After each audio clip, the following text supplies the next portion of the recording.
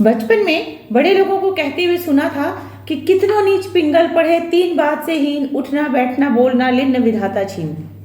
ये वाक्य मैंने मध्य प्रदेश के आईएएस ऑफिसर संतोष वर्मा जी के लिए कहा। उनके लिए नीच शब्द भी कहा जाए, जितना भी कहा जाए वो भी कम है, क्योंकि जैसा उन्होंने बयान दिया है उससे साफ पता चलता है कि उनकी कितनी छोटी सोच है, वो कितनी संकीर्ण मानसिकता के व्यक्ति हैं। और खासकर सिर्फ ब्राह्मण समाज की ही महिलाओं की बात नहीं, ब्राह्मण समाज की बेटियों औरतों की बात नहीं है, बल्कि संपूर्ण नारी जाति का उन्होंने अपमान किया है। जैसे शब्दों का प्रयोग किया है, कोई ब्राह्मण की अपनी कन्या का दान उनको करेगा तब आरक्षण खत्म करें। मान लीजिए कि अगर कोई ब्राह्मण अपनी कन्या का दान उनके बेटे के साथ कर भी दिया, तो क्या उनकी औकात है इतनी कि पूरे देश से आरक्षण को समाप्त कर सकते हैं?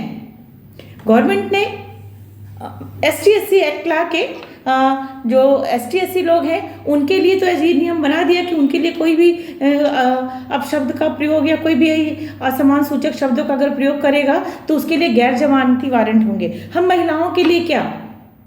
जिस नेता, अधिकारी, जितने गैर सामाजिक लोग हैं, जिसकी जो मन में आएगा वो महिलाओं के लिए कुछ भी बोल देगा, कह देगा कि हाँ हमारी अपनी बेटी का विवाह हमारे यहाँ करा दो, अपने इसका करा दो, और उनके लिए कुछ भी नहीं। सख्त से महिला आयोग से और सरकार के लोगों से अपील है कि हम महिलाओं के लिए भी, और जितने भी लोग मेरे इस वीडियो को सुनेंगे, सारे लोगों से यही कहना है कि महिलाओं के सम्मान के लिए भी कुछ ऐसे कड़े कानून बनना चाहिए कि जो जिस तरह से इन्होंने आईएएस ऑफिसर संतोष वर्मा एक बड़े पद पे बैठे हैं, उन्होंने आईएएस बनने के लिए अच्छी खासी पढ़ाई की होगी, उस ओहदे पे पहुंचने के बाद जैसे एकदम घटिया सोच का अपना परिचय दिया है, जिस तरह से उन्होंने समाज में सरेआम ऐसे गंदे शब्दों का प्रयोग किया है, और उसके बाद अपना बयान दे रहे हैं कि नहीं मैंने तो बस ऐसे ही कह दिया था, एक सभा को संबोधित करते हुए कहा, और वो भी पब्लिक प्लेस में बोल रहे हैं, सभा के बीच में बोल रहे हैं, और बाकी लोग सुन के तालियां भी बजा रहे हैं। अगर आप सनातनी हैं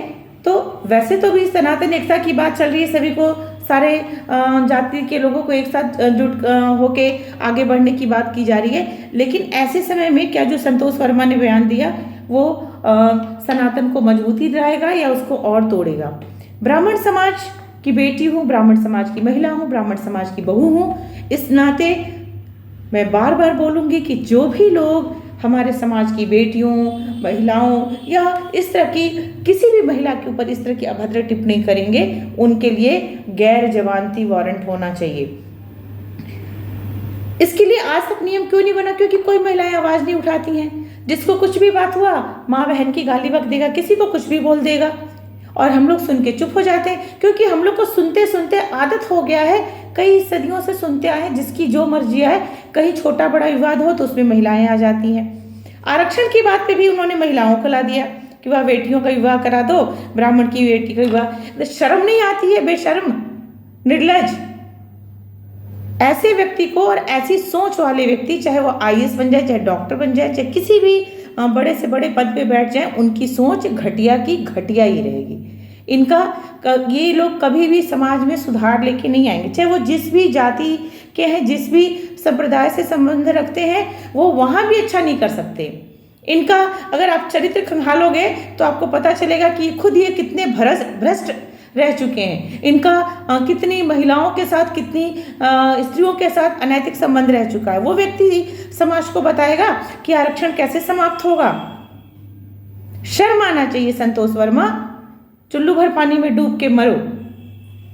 और अगर आप सही में ब्राह्मण बेटी हैं, ब्राह्मण बहू हैं, और तो इस वीडियो को ज़्यादा से ज़्यादा प्रसारित करिए, और कोई कड़ा कानून बने कि अगर कोई भी व्यक्ति पब्लिक प्लेस पे या कहीं भी किसी महिला के लिए अभद्र शब्दों का प्रयोग करता है तो उसके लिए भी ST/SC की ही तरह कठोर कानून बनना चाहिए। और मैं इस कानून की मांग करती हूँ, महिला संगठनों से अपील करती हूँ कि वो इस प्रस्ताव को सरकार के सामने रखे।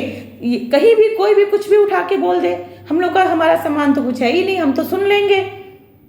2-4 बार फिर आके माफी मांग लिया कि हाँ भाई हमसे गलती हो गई। भाई पहले किसी को सरे बाजार में नंगा करके जूते से पीटो और उसके बाद फिर माफी मांग लो।